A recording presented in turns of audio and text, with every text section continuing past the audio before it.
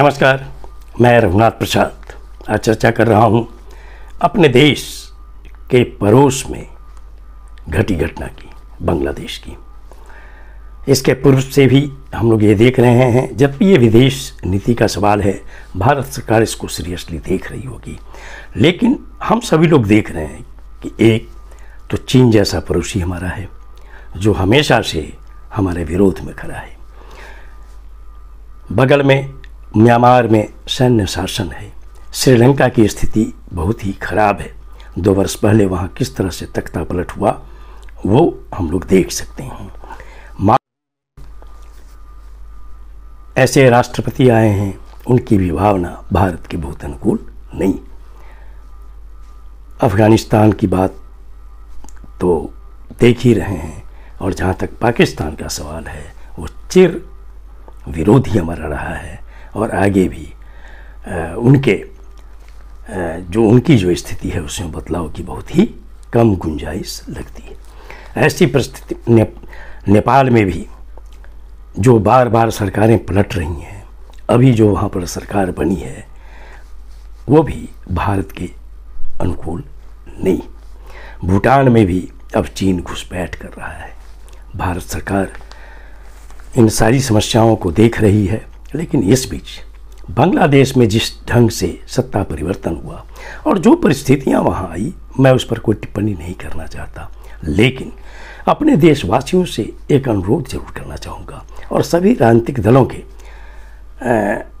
कार्यकर्ताओं से, नेताओं से, कि अभी के समय में चूँकि बांग्लादेश की जो हालत है, अगर जैसे हम लोग कुछ टीवी चैनल्स को देख रहे हैं और बहुत से ट्वीट्स जो आ रहे हैं, उनमें सिर्फ एक चीज़ अगर परोसी जाएगी कि वहाँ अल्पसंख्यक, चूँकि वहाँ हिंदू अल्पसंख्यक हैं, उनके साथ घटनाएं घट रही हैं, जो पूजा स्थल हैं उनके साथ घटनाएं घट रही हैं, इसका गलत ये संदेश अजीब जाएगा। इसलिए कि अगर आप वहाँ पर ये नहीं दिखलाएंगे कि वहीं के वासी जो मुसलमान हैं, जो मुसलमान युवक हों या अन्य समझदार लोग हैं, वे हिंदू पूजा स्थलों की घेराबंदी करके उसकी रक्षा भी कर रहे हैं। हिंदू जो अल्पसंख्यक हिंदू हैं उनकी भी रक्षा कर रहे हैं। दोनों चीज़ दिखलाया जाना चाहिए।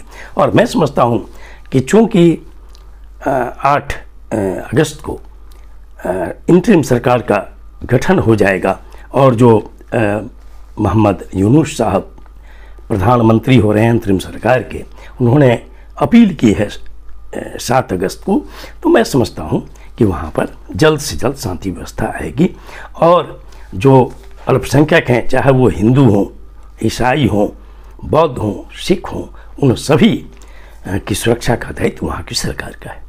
हम लोग यह मान कर चलें कि कोई ऐसा ट्वीट अगर आप कर देते हैं जिससे कि भारत सरकार भी मुश्किल में, परेशानी में पड़ सकती है, ऐसे ट्वीट से परहेज करना चाहिए। हम सभी को यह देखना है कि अगर कहीं पर कोई घटना घट रही है तो हमें इंडोनेशिया के इतिहास को भी देखना होगा, मलेशिया के भी इतिहास को देखना होगा, जहां बहुसंख्यक आबादी मुसलमानों की है, लेकिन वहां अल्पसंख्यक बहुत ही अच्छे ढंग से रह रहे हैं।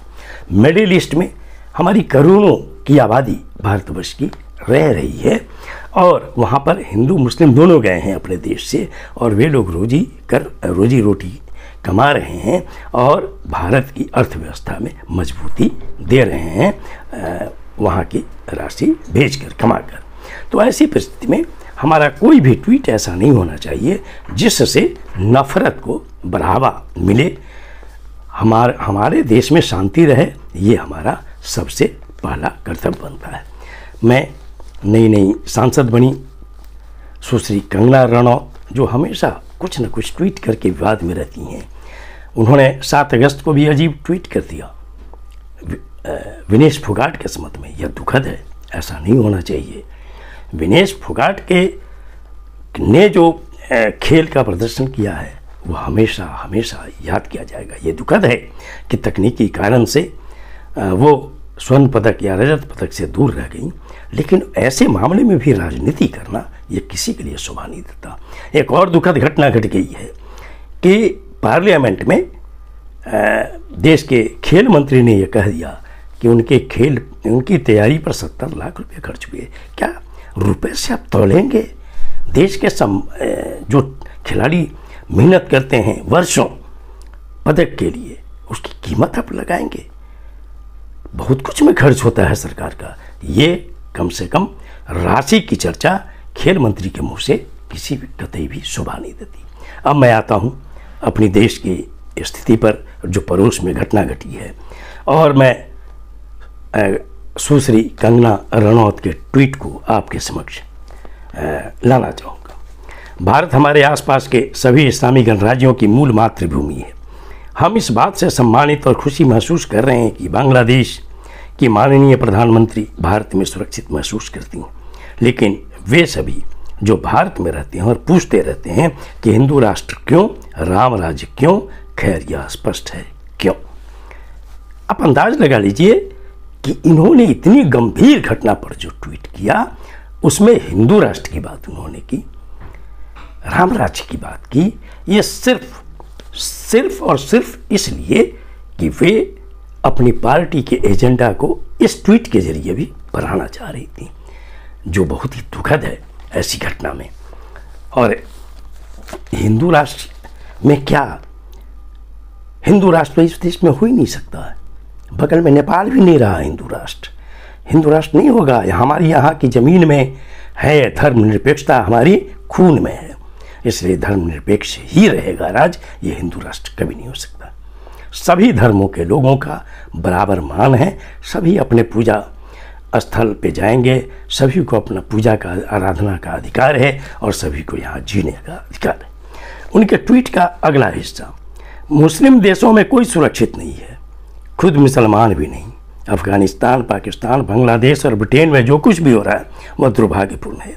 हम भाग्यशाली हैं कि हम राम राज्य में रहे हैं। जय श्री राम। क्या मजाक है। अब आप MP हो गए। पहले अगर ट्वीट करती थी, लेकिन MP होने के बाद भी आपके जितने ट्वीट आ रहे हैं वो बहुत ही अजीब आ रहे हैं, और वह देश के लिए अच्छी बात नहीं है। आप भले वाहवाही लूट रहे हों नफरती जो लोग हैं उनके द्वारा, लेकिन यह देश के हित में अच्छी बात नहीं है। और मैं फिर दोहराना चाहूँगा कि हिंदू राष्ट्र भारत न था और न हो सकता है। हाँ, हिंदू हमेशा बहुसंख्यक रहे हैं और रहेंगे, लेकिन यहाँ धर्मनिरपेक्षता ही आगे बढ़ेगी, और यही हमारे देश के लिए उचित है, और यही हमारे संसदीय लोकतंत्र के लिए उचित है। हिंदू राष्ट्र करके आप अगर ये इनडायरेक्ट वे में आप प्रचारित करना चाहते हैं कि जो मनुस्मृति वाली बात है कि जातिवाद पर आधारित समाज बनेगा, ऐसा अब होने वाला नहीं है। ये वीडियो आपको अच्छा लगा हो तो निश्चित तौर पर लाइक करें, शेयर करें। अब तक मेरे चैनल को आपने सब्सक्राइब नहीं किया, सब्सक्राइब करें, बेल आइकन को टच करें, ताकि मेरे हर आने वाले वीडियो का नोटिफिकेशन आपको तुरंत मिल जाए। आप सभी लोगों के लिए शुभकामनाएं। धन्यवाद। जय हिंद।